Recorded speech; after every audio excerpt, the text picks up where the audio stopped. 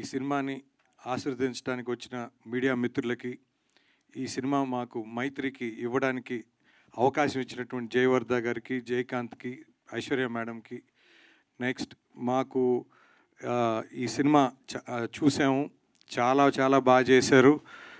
ఖచ్చితంగా ఒక మంచి సార్ చెప్పినట్టు, జీవి ప్రకాష్ గారు చెప్పినట్టు మంచి మెసేజ్ ఉంటుంది, మంచి ఎంటర్టైన్మెంట్ ఉంటుంది, కొత్తగా సీన్స్ ఉంటాయి, చాలా చాలా బాగా ఎంటర్టైన్ అవుతాం. కరెక్ట్గా ఇంటికి పోయేటప్పుడు ఆ సినిమా చూసిన తర్వాత ప్రతి ఒక్కరూ ఫాదర్ని చూసే విధానం కానీ, మదర్ని చూసే విధానం కానీ మార్పు ఉంటుంది. ఖచ్చితంగా ఐ ఫెల్ ద సేమ్. మంచి ఎంటర్టైనర్, మంచి సాంగ్స్.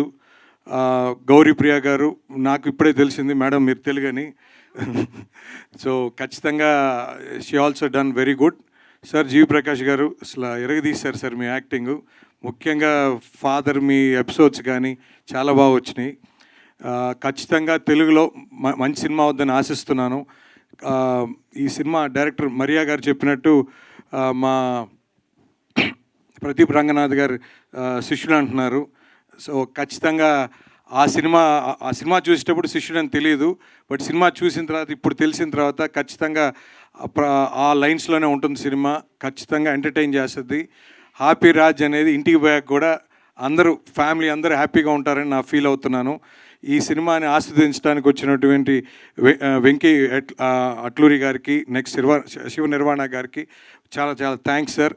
ఆల్వేస్ నేను అంతకుముందు కూడా చూశాను, ఎప్పుడు కూడా ఇద్దరు డైరెక్టర్సు ఏ సినిమానైనా వాళ్ళ హార్ట్ఫుల్ విషెస్ ఇస్తూ ఎప్పుడు కూడా సినిమా బాగుండాలని ఇప్పుడు ముందుకు వస్తుంటారు. చాలా చాలా థ్యాంక్స్ సార్. ఈ సభాముఖంగా ఈ సినిమా March 27th రిలీజ్ అవుతుంది తెలుగులో. ఖచ్చితంగా తమిళ అండ్ తెలుగు సైమల్టేనియస్గా.